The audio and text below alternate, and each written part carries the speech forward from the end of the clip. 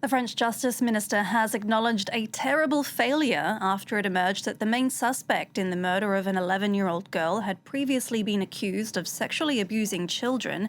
Gerald Darmanin said he was furious about the judiciary's handling of 41-year-old suspect Jérôme B. The body of the girl, named Liana, was found last week after she went missing on May 29. On Sunday, thousands of people marched in the southwestern town of Florence in her honour. Delano de Souza has more. Her death has come to represent gaping holes within the French judiciary when it comes to treating cases involving minors. 11-year-old Liana's body was discovered late last week, days after she went missing. According to France's Justice Minister, a backlog of some 70,000 complaints involving children will be reviewed in the next few weeks. I will await the results of this inspection in 15 days' time, which obviously also concerns the National Gendarmerie and the National Education System, before possibly addressing you again regarding any sanctions I may decide to impose in what we can regard as a terrible failure of the state's action in general and of the justice system in particular. The French government is under fire after it emerged the man suspected of killing Liana had been previously accused of sexually abusing children. Despite allegations including 4 complaints for alleged rapes of minors, Jérôme B. was never convicted. While the Justice Minister took the rare step and apologized to Liana's family, the French Interior Minister said her death was avoidable. This case is a failure.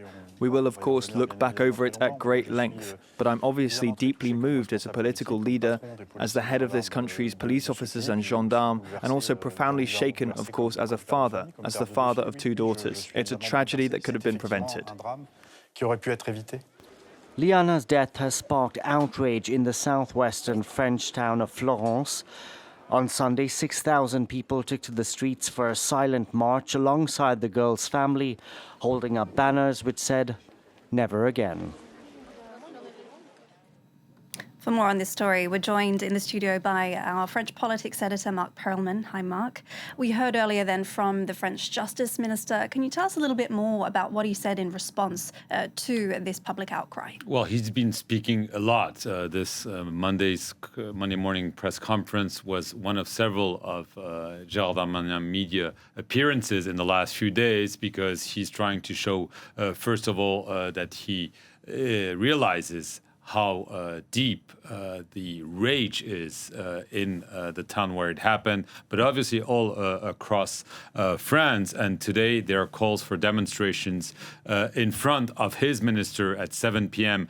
Paris time, as well as in front of several tribunals across France. And so the justice minister, first of all, says, we apologize to her family. And then he announced that there is already an internal administrative investigation going on inside the justice minister that will also involve the work of the gendarmerie. They're the ones who are supposed to investigate cases. And he said this morning, where he met with all the general prosecutors, that those are the prosecutors attached to each appeal court in the country, that he wanted by Bastille Day, July 14th, them to review the most urgent complaints involving minors.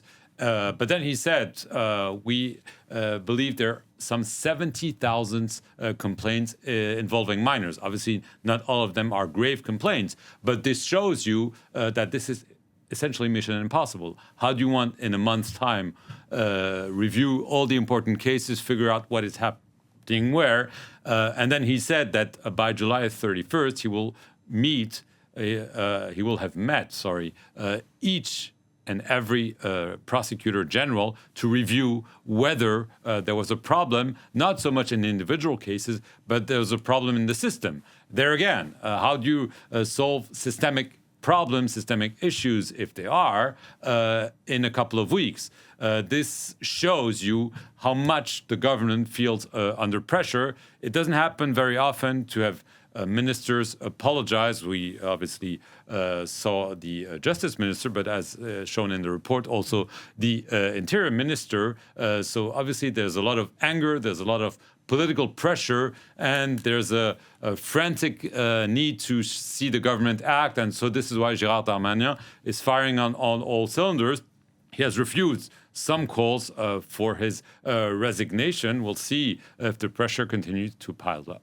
Right, as you say, it's not just the Justice Minister, Gerald Darmanin, who we've heard from about this. We've heard from President Emmanuel Macron, the Prime Minister, and also politicians from all stripes. Yes, normally the standard reaction would be, there's a separation of powers where the executive, there's the judiciary. We don't have anything to do with it. But obviously, given all the emotion, we heard those two ministers, Justice and Interior, because they're directly in charge of the police and of the magistrates, but also from the president himself, who a few days ago said what had happened was, quote unquote, unacceptable. The Prime Minister, Sébastien Lecornu, also saying, there was clearly a problem and we need to address it.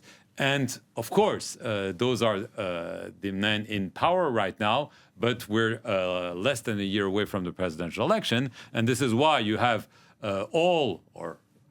it's difficult to quantify because there are a number of would-be candidates for next year's presidential election really also have their say.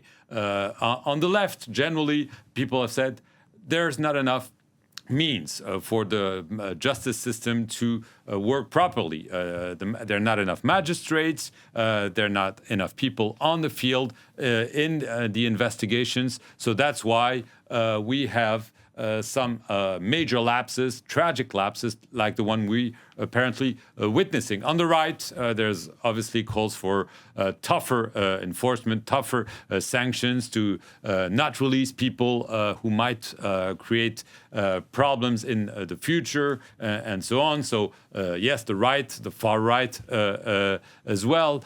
Clearly, this has really struck a nerve, but this is not the first time. A few years ago, it dates back more than 10 years ago, there was also indignation after a tragic case where the then President Nicolas Sarkozy lashed at the magistrates and said, there will be sanctions. A little bit the same words as Gerald Darmanin, who said there'll be personal sanctions if mistakes were made because politicians say, okay, we need a proper reaction. We need new rules to be enforced, magistrates to be sanctioned, the system to be reviewed. And actually, not much happened because it's a very, very difficult thing to do because you need money, you need more people, you need also them to be trained properly. And obviously, there will always be more problems because also the scope of the complaints has widened. Obviously, there's been a push.